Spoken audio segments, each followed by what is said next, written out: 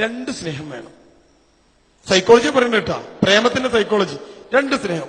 ഒന്ന് love without sex, രണ്ട് love with sex. എനിക്ക്, ഞാൻ, നിങ്ങളുടെ മുമ്പിൽ നിൽക്കുന്ന ഞാൻ ഈ രണ്ട് സ്നേഹവും അനുഭവിക്കുന്നുണ്ട്. എന്റെ ഒന്നാമത്തെ സ്നേഹത ലവ് വിത്തൗട്ട് സെക്സ്. അതെനിക്ക് എവിടുന്ന് കിട്ടും? എന്റെ മോള്, എനിക്കൊരു മോളുണ്ട്. എന്തൊരു സ്നേഹം എന്നറിയോ എന്നോട്. എന്നും രാവിലെ എണീച്ച് എന്നെ എത്തിരി നേരം കെട്ടിപ്പിടിച്ചിട്ട് അവർ എണീക്കുള്ളൂ. ഇതൊരു സ്നേഹം എന്നറിയോ. ഇപ്പൊ ഞാൻ ഇറങ്ങിയ ഫോണിലേക്ക് രണ്ട് വിളി വിളിച്ചിട്ടുണ്ടാവും, ഉപ്പ എപ്പോഴാ വരിക എന്ന് ചോദിച്ചിട്ട്. എന്റെ മോക്ക് എന്തൊരു സ്നേഹ. Love without sex. എന്റെ ഉമ്മ, എന്നെ തീറ്റിപ്പോറ്റി വലുതാക്കി എന്റെ ഉമ്മക്ക് എന്നോട് ഭയങ്കര ഇഷ്ട. ഉമ്മക്ക് എന്തിഷ്ട? സെക്സാ. Without sex. എന്റെ പെങ്ങള് ലവ് വിത്തൗട്ട് സെക്സ്. എന്റെ ഭാര്യ ലവ് വിത്ത് സെക്സ്. ഉണ്ടോ? അപ്പൊ എനിക്ക് ഇതൊക്കെ കിട്ടുന്നുണ്ട്. നിങ്ങൾക്കോ? നിങ്ങൾ പ്രായപൂർത്തിയായി, പക്ഷെ നിങ്ങൾക്ക് ഒരു സ്നേഹം കിട്ടുന്നുള്ളൂ. അതേതാ? Love without sex. നിങ്ങൾ എന്ത് കൊതിക്കുന്നു? Love with sex. അതാണ് രണ്ടാമത്തെ. ഞാൻ വെറുതെ പറയല്ല, നിങ്ങൾ നോക്ക്. ഇതല്ലേ സ്നേഹം? അല്ലേ? ഇതല്ലേ സ്നേഹം? പ്രേമോ? അതാ. കണ്ടോ? കല്യാണം കഴിച്ചിട്ട് വീട്ടിൽ കൊണ്ടുവന്നു പെൺകുട്ടിയെ. കല്യാണം കഴിച്ച് പുതുക്കൊക്കെ കൊണ്ടുവന്നു വീട്ടിൽ കൊണ്ടുവന്നു. വൈകുന്നേരമായപ്പോ ഈ പെൺകുട്ടി ഭർത്താവിനോട് പറഞ്ഞു, ഭർത്താവേ, ഞാൻ നിങ്ങളെ ബാപ്പനെ പോലെയാണ് കാണുന്നത്. ഈ പെൺകുട്ടിനെ അയാളോട് നിർത്തില്ലേ? നിങ്ങൾ ആലോചിച്ചാൽ മതി. കാരണം എന്താ? അത് ലവ് വിത്തൗട്ട് സെക്സ് ആണ്. എന്തിനാ ഇയാള് കല്യാണം കഴിച്ച് കൊണ്ടുവന്ന് ലവ് വിത്ത് സെക്സ്? കണ്ടോ വ്യത്യാസം? കണ്ടോ? അപ്പൊ പ്രേമം എന്താ? പ്രേമിക്കുന്ന കുട്ടീനെ എന്റെ അടുത്ത് കൗൺസിലിങ്ങിന് കൊണ്ടുവരും. ഞാൻ ചോദിക്കും, മോളെ നിനക്ക് അയാളോട് വേണ്ടാത്ത ചിന്ത ഉണ്ടോ? അങ്ങനെ എനിക്ക് ഇന്ന് വരെ തോന്നിയിട്ടേ ഇല്ല. അപ്പൊ ഞാൻ പറയും, അൽഹംദുലില്ലാ, അത് പ്രേമല്ല. പ്രേമാണെങ്കിൽ അവനോട് തോന്നണം, സെക്ച്വലി തോന്നണം. തോന്നാതെ എങ്ങനെ പ്രേമാവുക? അപ്പൊ നീ മോളെ ഒരു കാര്യം ചെയ്യ്, ഈ നാളെ മുതൽ വൈകുന്നേരം ബാപ്പയ്ക്ക് ഫോൺ ചെയ്താൽ മതി വിത്തൗട്ട് സെക്സ്. പക്ഷെ ഇവളെന്തിനാ അവന് ഫോൺ ചെയ്യുന്നത്? വിത്ത് സെക്സ്. അപ്പൊ ഞാൻ നേരത്തെ എന്താ പറഞ്ഞത്? ആദ്യം പറഞ്ഞ കഥ എന്താ? നാം പോലും അറിയാതെ നാം ചില പ്രശ്നങ്ങളിൽ അകപ്പെട്ടു പോവാൻ സാധ്യതയുള്ള പ്രായമാണ് കൗമാരം. എങ്ങനെ? ഞാൻ പോലും അറിയാതെ ഞാൻ ചില പ്രശ്നത്തിൽ അകപ്പെട്ടു പോകും. എന്റെ മുമ്പിലിരിക്കുന്ന സഹോദരിമാർക്ക് 80% പ്രേമുണ്ടാവും. ഈ ഇരിക്കണമൊന്നും നോക്കണ്ട, മക്കനട്ടൊന്നും നോക്കണ്ട. ഞാൻ എന്നും കാണുന്നത് അങ്ങനത്തെ കുട്ടികളെ. 80% പ്രേമുണ്ടാവും. ഇപ്പൊ 3ാം ക്ലാസ് തുടങ്ങും പ്രേമം. ഉണ്ടാവും അല്ലേ? ഉണ്ട്. ആ ഓലൊക്കെ ഒന്ന് ആലോചിച്ച് നോക്ക്. എന്താ ഞാൻ പറഞ്ഞേ? നമ്മൾ പോലും അറിയാതെ കൗൺസിലിങ്ങിന് വന്ന കുട്ടി പറയും, സാറേ വേണമെന്ന് വിചാരിച്ചിട്ടല്ല, അങ്ങനെ ആയിപ്പോയി. എങ്ങനെ ആയിപ്പോണ്? അപ്പൊ ഞാൻ നേരത്തെ എന്താ പറഞ്ഞേ?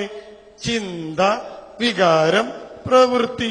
അപ്പൊ ആദ്യം കഴിഞ്ഞ കൊല്ലം, അതിന്റെ മുമ്പത്തെ കൊല്ലം ഐസക്കിന് വന്നാൽ മതിയിരുന്നു. അപ്പൊ പ്രശ്നം ഉണ്ടാവില്ലായിരുന്നു. ഇനിയോ? ദാ നോക്ക്. കണ്ടോ? ഈ പ്രേമിക്കുന്ന ആൾക്കാർ ഭയങ്കര രസാ. കുറെ ദിവസം പ്രേമിക്കും. അപ്പൊ ചോദിക്കും, പ്രേമിക്കുമ്പോ ഇസ്ലാം എന്താ? തൊടാൻ പറ്റുമോ? പറ്റൂല. വർത്തമാനം പറയോ? പറ്റൂല. എന്നാലും സ്നേഹിച്ചൂടെ? മനസ്സെന്നല്ലേ? ഇതാ എഴുതി ചോദിച്ചിട്ടല്ല അല്ലേ? എന്നിട്ട് കുറെ ദിവസം കഴിയുമ്പോ ഓരിങ്ങനെ വർത്താനൊക്കെ പോലെ സംസാരിച്ച് ഓൻ പറയും, ഞാനൊന്ന് തൊട്ട് വെക്കട്ടെ. അപ്പൊ പെൺകുട്ടി പറയും, വേണ്ട, പറ്റൂല. അപ്പൊ ആൺകുട്ടി പറയും, എന്നാ വേണ്ട, നിനക്ക് എന്നോട് ഒരു സ്നേഹവും ലേറ്റല്ലേ? വേണ്ടെങ്കിൽ വേണ്ട. അവൻ പിണങ്ങി, തെറ്റി. ഞാൻ നേരത്തെ പറഞ്ഞല്ലോ ഒരു കറുത്ത ചെറുക്കനെ പറ്റി. അവനെ കാണാതായപ്പോ അവക്കുണ്ടായ വികാരം കണ്ടവങ്ങള് sexual അടുപ്പാണ്.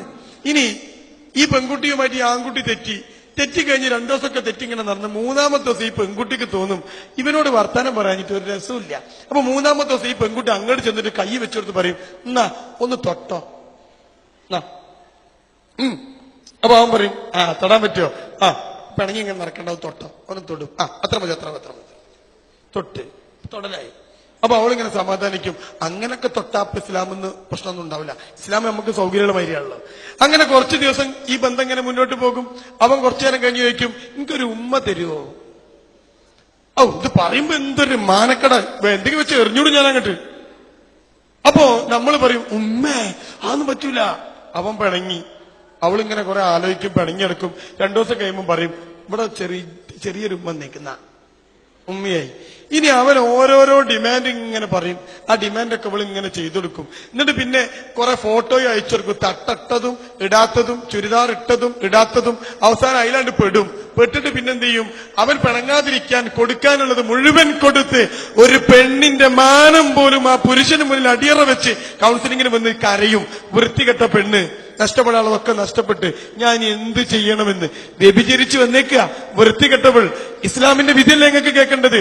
Premam is equal to വ്യഭിചാരം. അതാ ഇസ്ലാം. നിങ്ങൾക്ക് ആ വിധിയല്ലേ കേൾക്കണ്ടേ? കേട്ടോ, പ്രേമം ഈസ് ഈക്വൽ ടു വ്യഭിചാരം. ഇനി ആർക്കാ പ്രേമിക്കണ്ടേ? പ്രേമിച്ചോ. കണ്ണുകൊണ്ടുള്ള വ്യഭിചാരം, കാതുകൊണ്ടുള്ള വ്യഭിചാരം. സംസാരിച്ചു, കണ്ടു, തൊട്ടു, എന്താക്ക് വേണ്ട? പോയി വ്യഭിചരിക്ക്, എന്നിട്ട് തിരിച്ചു വാ. എന്നിട്ട് എല്ലാ പെൺകുട്ടികളും സൂറത്ത് നൂർ എടുത്ത് വെച്ചൊന്ന് ഓതി നോക്കണേ. സൂറത്ത് നൂറിന്റെ ആദ്യത്തെ ആ ഭാഗത്ത് തന്നെ അർത്ഥം ഒന്ന് വായിച്ചു നോക്കിയാൽ മതി. പരിശുദ്ധ ഖുർആനിൽ റബ്ബ് സുബ്ഹാനഹു തആല വെല്ലുവിളിക്കുന്നു വൃത്തികെട്ട സ്ത്രീക്ക്. ഖുർആന്റെ ഭാഷ മ്ലേച്ഛമായ പെണ്ണിന് മ്ലേച്ഛമായ പുരുഷനെയും, മ്ലേച്ഛമായ പുരുഷന് മ്ലേച്ഛയായ പെണ്ണിനെയുമാണ് നാം തരിക. റബ്ബ പറഞ്ഞത്. വൃത്തിയട്ട പെണ്ണാണോ നിങ്ങള്? കല്യാണത്തിന്റെ തലേ ദിവസം 3 സിം കാർഡ് പൊട്ടിച്ച് ക്ലോസറ്റിലേക്ക് ഇട്ട് ഫ്ലഷ് ചെയ്തു പെൺകുട്ടി. 3 സിം കാർഡ്. എന്തിനാ ഈ പെൺകുട്ടിക്ക് 3 സിം കാർഡ്? ഞാൻ പറയണ്ടല്ലോ. എന്നിട്ട് ഈ പെൺകുട്ടി കല്യാണത്തിന്റെ തലേ ദിവസം മൈലാഞ്ചൊക്കെ ഇട്ടിട്ട് ബെഡ്മ കിടന്ന് ആലോചിക്കുക, എല്ലാരും ഞാൻ പറ്റിച്ച്, എനിക്കും കിട്ടിയൊരു ചെക്കനെ. പോട്ട കുട്ടി അല്ലേ?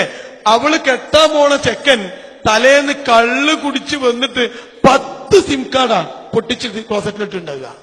ക്ലോസറ്റ് ബ്ലോക്കായി കിടക്കുക അവിടെ, സിം കാർഡും ഉണ്ട്. അവനും ചിന്തിക്കും കട്ടുമ്പോ കിടന്ന് ഞാൻ എല്ലാരും പറ്റിച്ച്, എനിക്ക് നല്ലൊരു പെണ്ണിനെ കിട്ടി. ഇവള് വിചാരിക്കും എനിക്ക് നല്ലൊരു ചെക്കനെ കിട്ടി. എന്നിട്ട് കൗൺസിലിങ്ങിന് വന്നിട്ട് എന്നോട് പറയും, സാറേ ആർക്കും അറിയില്ല ഓൻ കള്ളുടിക്കും. അപ്പൊ ഞാൻ ഓളോട് ചോദിക്കും, കോളേജിൽ പഠിക്കുമ്പോ നിനക്ക് പ്രേമുണ്ടേനോ? പിന്നെ സൂറത്ത് നൂറ് എന്നാ പഠിച്ച. അപ്പൊ അൽഹംദുലില്ലാ ഖുർആൻ തെറ്റിയില്ല, ഖുർആൻ തെറ്റിയില്ല. പ്രേമിക്കുന്ന പെൺകുട്ടികൾ ചിന്തിച്ചോ, നിങ്ങൾക്ക് ലോകത്ത് കിട്ടാവുന്ന ഏറ്റവും നല്ല ശിക്ഷ എന്താണെന്നറിയോ? ആ ചെക്കനെ തന്നെ കല്യാണം കഴിക്കല. കാരണം എന്താ? നിങ്ങൾ ചെയ്ത തെറ്റെന്താ? വ്യഭിചരിച്ചു. അവൻ ചെയ്ത തെറ്റോ? വ്യഭിചരിച്ചു. അപ്പൊ പിന്നെ രണ്ടും ശരിയല്ലേ? ഖുർആൻ പറഞ്ഞത് എന്താ? മ്ലേച്ഛമാണ് നീ, അവനോ മ്ലേച്ഛം.